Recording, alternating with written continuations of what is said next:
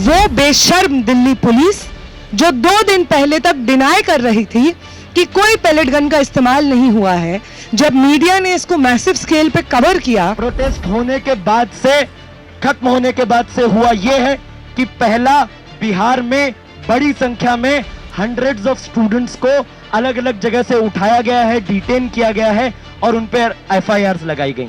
जो छात्र आवाज़ उठाते हैं उन पे कार्रवाइयाँ होती है। जो छात्र लगातार ये कहते हैं कि शिक्षा की ज़रूरत है हमें, जो ये कहते हैं कि हमें रोज़गार चाहिए, जो इन मांगों को लेकर सड़कों पर है, उनके ऊपर टारगेटिंग की जाती है। उसके विरोध में आज हम यहाँ सर जंतर मंतर पे मौजूद हैं। 250 से 300 स्टूडेंट्स पे है अभी जिन पे एफआईआर्स अभी तक हैं और उनमें बहुत सीरियस धाराएं सरकार ने इंट्रोड्यूस की। अटेम्प्ट टू मर्डर तक का केस लोगों पर लगा है। मुस्लिम और दलित स्टूडेंट्स की नाम पूछ करके उनको मारा पीटा जा रहा है, उनको पुलिस कस्टडी में इंटिमिडेट किया जा रहा है। हम अपनी एक बेहतर जिंदगी जीना चाहते हैं, आपके नाकामियों के चलते हमें सड़कों पे आने को मजबूर होना पड़ रहा है।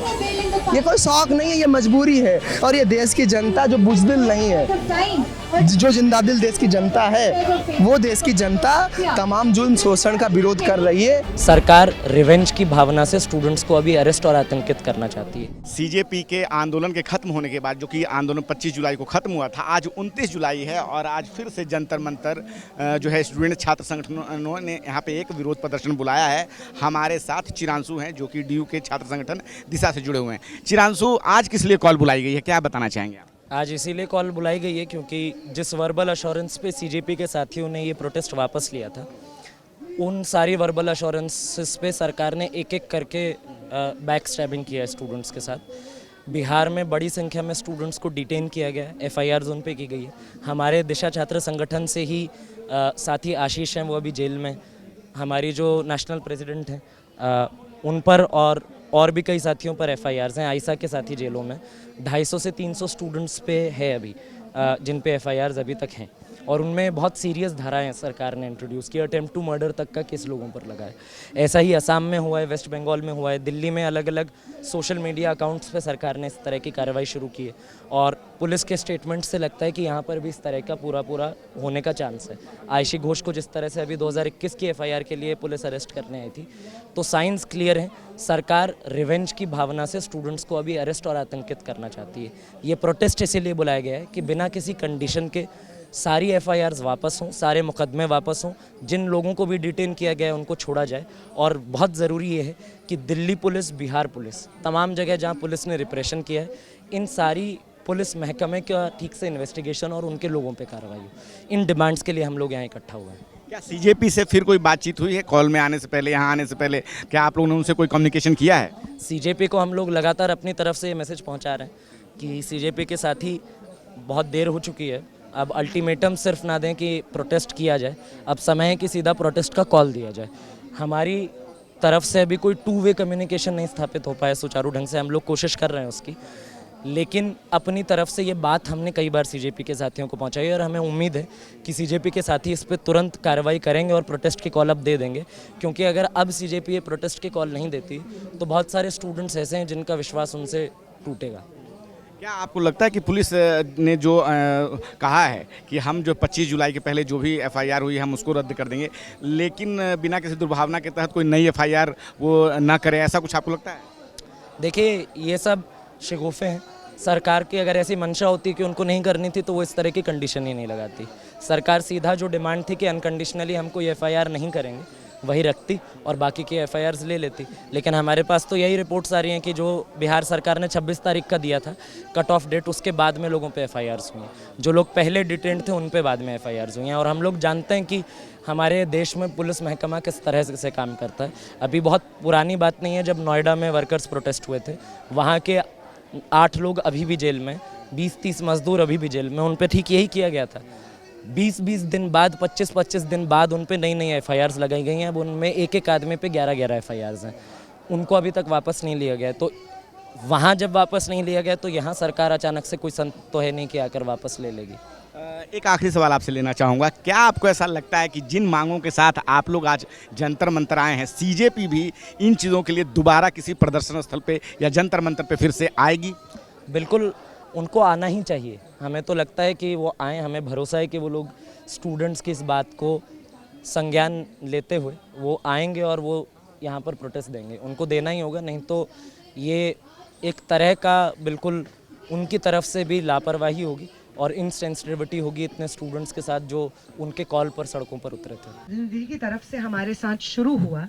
पहले तो आप बातचीत के लिए बुलाते हैं, उस बातचीत के दौरान आप हमारे लोगों को बेरहमी से पीटते हैं, सर पे लाठी चार्ज होता है, हाथ पांव हड्डियां तोड़ दी जाती हैं और उसके बाद उस वायलेंस के बाद जो खबरें सामने आ रही होती हैं कि पैलेट गन्स तक का इस्तेमाल हुआ है। वो बेशर्म दिल्ली पुलिस जो 2 दिन पहले तक डिनाई कर रही थी कि कोई पैलेट गन का इस्तेमाल नहीं हुआ है, जब मीडिया ने इसको मैसिव स्केल पे कवर किया, एक मीडिया कर्मी का एमएलसी निकला, उसमें आया कि उनको पैलेट आया है, तब जाकर के फाइनली दिल्ली पुलिस को ये एक्सेप्ट करना पड़ा है 2 दिन पहले कि हाँ हमने पैलेट गन्स का इस्तेमाल किया है। बिहार में भी जिस तरीके का एक्सेसिव टारगेटिंग हो रही है मुस्लिम और दलित स्टूडेंट्स की, नाम पूछ करके उनको मारा पीटा जा रहा है, उनको पुलिस कस्टडी में इंटिमिडेट किया जा रहा है और अब फाइनली बेऊर में जाकर के मैक्सिमम स्टूडेंट्स को रखा गया है। ये जो टारगेटिंग हो रही है बंगाल में, जिस तरीके से स्टूडेंट्स को चिन्हित करके मुस्लिम स्टूडेंट्स को जेलों में भरा जा रहा है, और जब पूछा जाता है बंगाल की सरकार में बैठे भाजपा के लोगों से और बंगाल पुलिस से, तो उनका ये कहना है कि हम मिस्क्रिएंट्स को अरेस्ट कर रहे हैं, जिन लोगों ने उस दिन हिंसा की है हम उनको अरेस्ट कर रहे हैं। ग्राउंड पे जो हमारे साथी हैं और जो लॉयर्स हैं, उनका साफ सीधे तौर पे यही कहना है कि कोई मिस्क्रिएंट को चिन्हित नहीं किया जा रहा है। वो लोग जिन्होंने जर्नलिस्ट के साथ बदतमीजी की उनको चिन्हित किया जा रहा हो, ऐसा बिल्कुल नहीं है। स्टूडेंट्स का टारगेटिंग असॉल्ट और अरेस्ट बंगाल भर में इस वक्त चल रहा है। 1 मिनट के लिए नहीं, 1 सेकंड के लिए नहीं, हम नहीं मानेंगे कि होम मिनिस्टर अमित शाह के एक्सप्लिसिट परमिशन और नॉलेज के बिना सेंट्रल दिल्ली में पैलेट्स चलाए गए हैं, एक पल के लिए हम मंजूर नहीं करते हैं। तमाम सरकार के लोग जो ये नैरेटिव पेडल कर रहे हैं कि हम लोगों ने इस दिन जहां पे जंतर मंतर पे प्रोटेस्ट चल रहे थे, वहां पे जिन लोगों को चिन्हित किया है उसमें 2800 लोग क्रिमिनल्स हैं जिनका क्रिमिनल एंटीसीडेंट है। आप ये बताइए, आप दिल्ली पुलिस के लोग हैं, आपके पास पूरी व्यवस्था मौजूद है, पूरा सर्वेलेंस का सिस्टम मौजूद है, आप क्यों इंतजार कर रहे थे कि एक बड़ा प्रोटेस्ट होगा जंतर मंतर पे जिसमें सब लोग आएंगे, सारे अपराधी आएंगे और उसके बाद हम चिन्हित करेंगे। पुलिस आंकड़ा बता रहे हैं, वो एक बढ़ा चढ़ा करके आंकड़ा बता रहे हैं, हमारे प्रोटेस्ट को डिस्क्रेडिट करने के लिए बता रहे हैं। तो हमारा आपसे ये सवाल है कि यहाँ पे एक लंबे समय से 50 दिन के ऊपर तक यहाँ पे पीसफुल प्रोटेस्ट चले, उन पीसफुल प्रोटेस्ट की जो मांग थी, मेन डिमांड धर्मेंद्र प्रधान का इस्तीफा, उस इस्तीफे को, उस डिमांड को माना गया और सरकार ने अपने रिप्रेजेंटेटिव को भेज करके इस चीज को वैलिडेट किया कि यहाँ पे जो स्टूडेंट्स के प्रोटेस्ट हो रहे थे वो जायज हो रहे थे, उसकी डिमांड्स जायज हैं। फिर से आप लोग यहाँ हैं, क्या कारण है? कारण मजबूरी है, आंदोलन करना, सड़कों पे आकर अपनी आवाज़ों को उठाना इसलिए आज ज़रूरी है क्योंकि सरकार बड़ी बेशर्मी से फिर से क्या कर रही है कि जो अपने वादों से मुकर रही है। सरकार ने जब जनता के दबाव के बाद प्रधान जी का इस्तीफा होता है और सरकार साथ में कहती है कि जो गिरफ्तार किए गए युवा हैं उन्हें रिहा किया जाएगा। सरकार ये कहती है कि जिन छात्रों पे मुकदमे दायर किए गए उन्हें वापस लिए जाएंगे। सरकार को ये करना चाहिए था कि जो जिम्मेदार पुलिस अधिकारी हैं उन पे कार्रवाई की जाती, होता उल्टा है। जो छात्र आवाज़ उठाते हैं उन पे कार्रवाइयाँ होती है। जो छात्र लगातार ये कहते हैं कि शिक्षा की ज़रूरत है हमें, जो ये कहते हैं कि हमें रोजगार चाहिए, जो इन मांगों को लेकर सड़कों पर थे उनके ऊपर टारगेटिंग की जाती है। उसके विरोध में आज हम यहाँ जंतर मंतर पे मौजूद हैं। हम यहाँ जंतर मंतर से ये सवाल उठा रहे हैं कि ये छात्र कौन थे? ये छात्र क्या आतंकवादी थे? इन छात्रों के हाथों में क्या बंदूक थी? नहीं थी। इन छात्रों के हाथों में पर्चियाँ थी जिसमें ये लिखा था कि राष्ट्रपति हुआ मजदूर का बच्चा सबको मिले समान शिक्षा। जो ये कह रहे थे कि ना तो हम परीक्षा बिकने देंगे, ना हम शिक्षा बिकने देंगे, ना हम पेपर लीक सहेंगे, ना ही कोचिंग सेंटर्स, ना ही प्राइवेट कॉलेजेस के सहारे जो शिक्षा बेची जा रही है उसका बेचना सहेंगे, ना ही हम ये बात पर सहेंगे कि 94,000 स्कूलों को बंद किया गया, हम उसे भी नहीं सहेंगे। हमें मांग करेंगे कि स्कूलों को खोला जाए, उनमें बुनियादी सुविधाएं दी जाए और सबको एक बराबर शिक्षा दी जाए। इन्हीं मांगों को लेकर तो इस जंतर मंतर पे और देश के अलग अलग कोनों में जनता प्रदर्शन कर रही थी। होना ये चाहिए था कि सरकार को ये बातें सुननी चाहिए थी, सरकार ये बातें मान ले, जनता सड़कों पे आती ही नहीं। सरकार पहली बात इन मांगों को दरकिनार की, जब जनता मजबूरी में सड़कों पे आई, सरकार उन्हें कहे, सरकार के मंत्रियों ने उन्हें दहशतगर्द कहा, कोई सरकार के सरकारी पार्टी के लोगों ने हमें वायरस कहा, लगातार इस तरीके की बयानबाजियां चली और उसके बाद इस आंदोलन को, युवाओं के आंदोलन को बदनाम करने के लिए, उन्हें डिलेजिटिमाइज करने के लिए कहा गया कि ये तो जो लोग हैं ये लोग तो क्रिमिनल है। अरे क्रिमिनल है, शिक्षा मांग रहे लोगों से किसको खतरा होता है? हम साफ तौर पे, सीधे तौर पे ये सवाल उठा रहे हैं कि हमें लगातार अपने अधिकारों को लेकर आना पड़ेगा और सरकार को हम चेताना चाहते हैं कि जितने भी गिरफ्तार साथी हैं उन्हें तत्काल रिहा किया जाए। दूसरी चीज़, जितने भी फर्जी मुकदमे हैं उन्हें वापस लिया जाए। तीसरी चीज़ कि ये लड़ाई यहीं तक नहीं है, आपने तो सिर्फ चेहरा बदल दिया। वो व्यवस्था का क्या, वो भ्रष्ट व्यवस्था का क्या जो आज भी मौजूद है? एनटीए आज भी मौजूद है, आज भी एनटीए जो नाकाम टेस्टिंग एजेंसी जिसके तहत ये पेपर लीक हुए हैं वो अभी तक भंग नहीं हुई है। आज भी सरकारी स्कूलों की स्थिति सुधारी नहीं गई है। हम इस पे भी जिम्मेदारियां मांग रहे हैं और हम इस लड़ाई को आगे भी जारी रखेंगे। बस एक सवाल और लूँगा, संसद में कार्रवाई चल रही है कि कैसे युवाओं के भविष्य को सुरक्षित रखने के लिए एक नया बिल लाया जा रहा है और धरातल पे जो ये हो रहा है इसको आप कैसे देखते हैं, जो पुलिसिया कार्रवाई अभी चल रही है? देखिए, पहली बात, पुलिसिया कार्रवाई बंद होनी चाहिए। साफ तौर पे पुलिस का जो बर्बर दमन है वो तत्काल रुकना चाहिए, ये हम सरकार को बताना चाहते हैं। दूसरी चीज़, हम संसद में जो सांसद है उनसे पूछना चाहते हैं कि आप क्यों नहीं जो जनता की जो आवाज़ें हैं, जो ये कह रहे हैं कि सबको बराबर शिक्षा मिले, जो ये कह रहे हैं पेपर लीक के बहाने शिक्षा ना भी, सिर्फ परीक्षा ना बिके, शिक्षा को बेचा जाना भी रोका जाए, इन मांगों पे आप कार्रवाई करिए। हम तो चाहते हैं सबको शिक्षा मिल जाए, हम अपनी पढ़ाई, अपना भविष्य खुद हम देखेंगे।